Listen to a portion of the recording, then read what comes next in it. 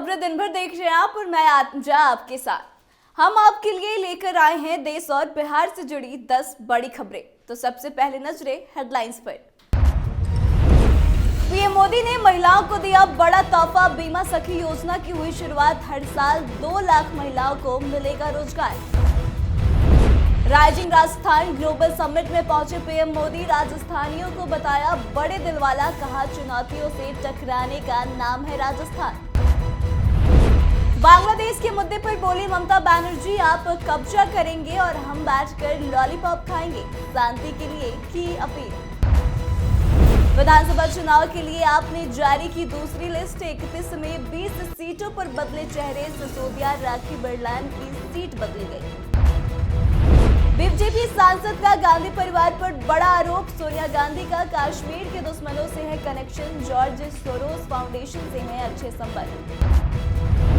तेज प्रताप ने किया बड़ा ऐलान, बीच सड़क पर फूट फूट कर रोने लगे आरजेडी विधायक, सामने आई बड़ी वजह। किसानों को सुप्रीम कोर्ट से बड़ा झटका, सुप्रीम कोर्ट ने शंभू बॉर्डर वाली याचिका को किया खारिज, बंद रहेगा शंभू बॉर्डर।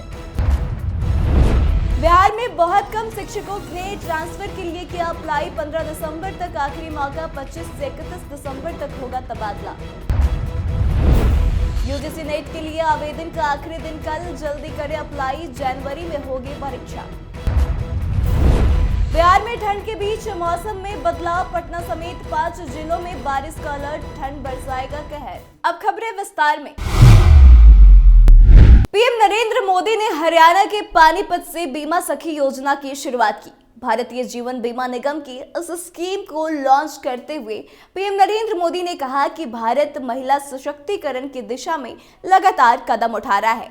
आज का दिन और भी वजहों से विशेष है और आज 9 तारीख है। शास्त्रों में 9 अंक को बड़ा ही शुभ माना जाता है और शक्ति से इसका संबंध है। उन्होंने कहा कि यह स्कीम महिलाओं को सशक्त करेगी और वो आर्थिक भागीदार बनेगी।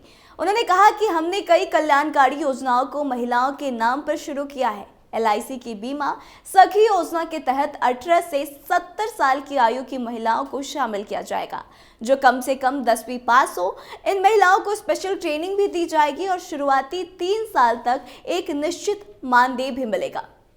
प्रधानमंत्री नरेंद्र मोदी आज जयपुर में थे, जहां उन्होंने कहा कि राजस्थान राइजिंग तो है ही, रिलायबल भी है, राजस्थान रिसेप्टिव भी है, समय के साथ खुद को रिफाइन करना भी जानता है, चुनौतियों से टकराने का नाम ही राजस्थान है।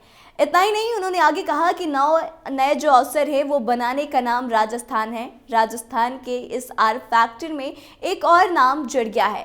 राजस्थान के लोगों ने भारी बहुमत से रिस्पॉन्सिव रिफॉर्मिव सरकार बनाई है। जिस तरह राजस्थान का क्षेत्रफल बड़ा है, उसी तरह यहाँ के लोगों का दिल भी बहुत बड़ा है। बांग्लादेश के मुद्दे पर देश भर में सियासत जारी है। इसी बीच पश्चिम बंगाल के मुख्यमंत्री ममता बनर्जी का बयान सामने आया। ममता बनर्जी ने कहा कि बांग्लादेश में जो हो रहा है वो ठीक नहीं। अल्पसंख्यकों पर अत्याचार हो रहा है, उपद्रवी दंगे कर रहे हैं, लेकिन हम ऐसी कोई टिप्पणी ना करें जिसका असर यहाँ हो। मुख्यमंत्री ने आगे कहा कि हम दंगे नहीं चाहते, हम शांति चाहते हैं। यह उत्तर प्रदेश नहीं है कि मैं आपको बैन कर दूं, लेकिन मैं आपसे अपील करती हूं कि सही तरीके से रहिए। कुछ फर्जी वीडियो वायरल किए जा रहे हैं। एक खास राजनीतिक दल ऐसा काम कर रहा है। राजनीति मत करिए, वहाँ हमारे दोस्तों को नुकसान हो रहा है। इतना ही नहीं, ममता बनर्जी ने यह भी कहा कि आप अगर हंगामा करेंगे तो हम बैठकर चुपचाप लॉलीपॉप नहीं खाते रहेंगे। दिल्ली में आने वाले विधानसभा चुनाव के लिए आम आदमी पार्टी ने अब तक 31 उम्मीदवारों की घोषणा कर दी है। आपने 31 में से 20 सीटों पर उम्मीदवार बदल दिए और फिर नए चेहरों को इन पर उतारा है। जिन विधायकों का टिकट बदला गया उनमें पूर्व डिप्टी सीएम मनीष सिसोदिया और विधानसभा के डिप्टी स्पीकर राखी बिरलान का नाम भी शामिल है।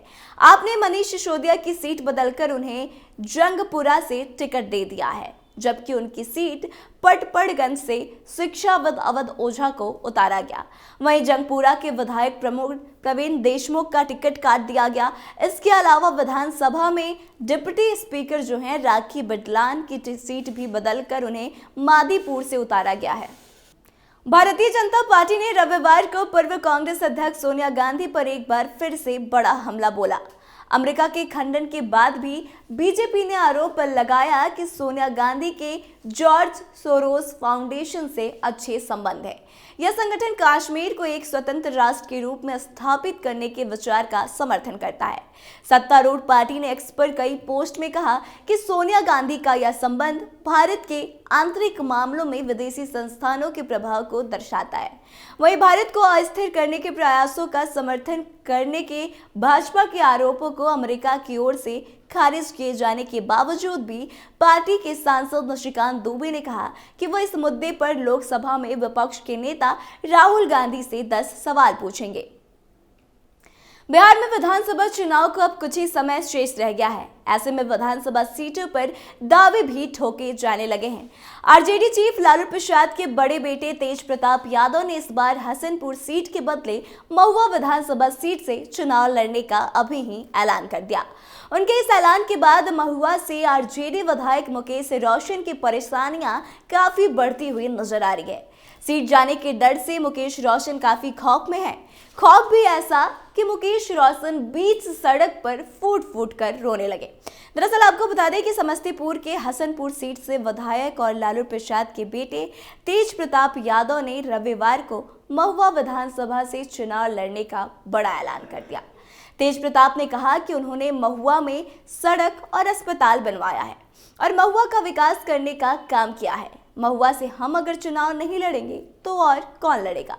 अब तेज प्रताप के इस ऐलान के बाद महुआ सीट से आरजेडी विधायक मुकेश रोशन को उनकी सीट जाने का डर सताने लगा है। पिछले कई दिनों से दिल्ली की सीमा पर डटे आंदोलनकारी किसानों को सुप्रीम कोर्ट ने बड़ा झटका दिया है। जी हां, शीर्ष अदालत ने किसानों की उस याचिका को खारिज कर दिया जिसमें शंभू बॉर्डर खोलने की मांग की गई थी।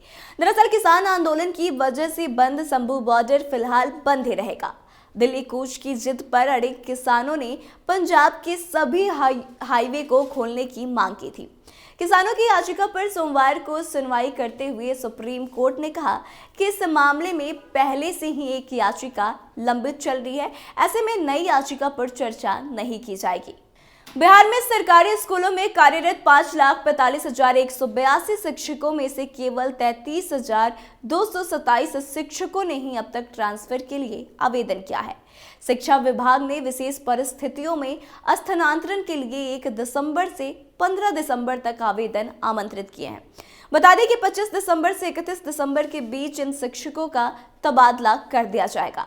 दरअसल बिहार में शिक्षकों के ट्रांसफर के लिए जो पॉलिसी बिहार सरकार लेकर आई थी उस पर पिछले दिनों खुद सरकार ने ही रोक लगा दी। हालांकि विशेष परिस्थिति में शिक्षकों के ट्रांसफर करने की बात कही गई थी। सरकार के आदेश पर शिक्षा विभाग ने विशेष परिस्थिति में ट्रांसफर कराने वाले शिक्षकों से 1 से 15 दिसंबर के बीच आवेदन मांगा था। यूजीसी नेट दिसंबर 2024 सेशन के लिए आवेदन कराने की कल आखिरी तिथि है। एनटीए कल यानी कि 10 दिसंबर को एप्लीकेशन विंडो बंद कर देगी।